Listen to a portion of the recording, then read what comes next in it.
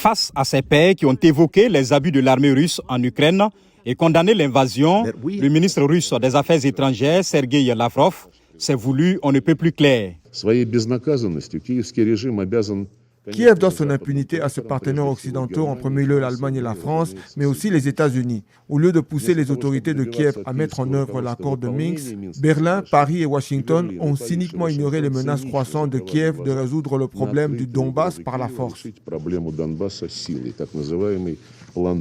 Le chef de la diplomatie russe a aussi rejeté d'avance le travail de la Cour pénale internationale dans laquelle la Russie n'a aucune confiance, dit-il. Le procureur de la CPI, Karim Khan, a pris part à cette réunion spéciale des ministres des Affaires étrangères du Conseil de sécurité.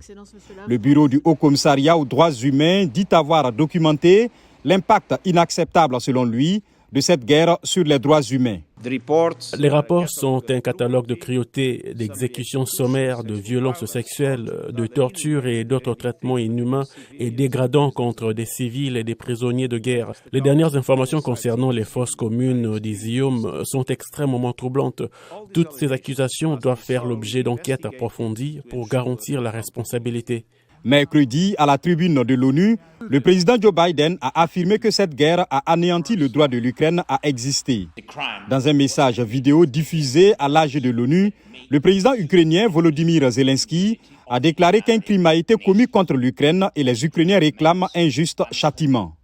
La Russie a annoncé mardi des référendums d'annexion à partir de demain dans 4 régions contrôlées par Moscou, dans l'est et le sud de l'Ukraine. Par ailleurs, le président Vladimir Poutine a annoncé une mobilisation de 300 000 réservistes pour relancer son offensive en Ukraine.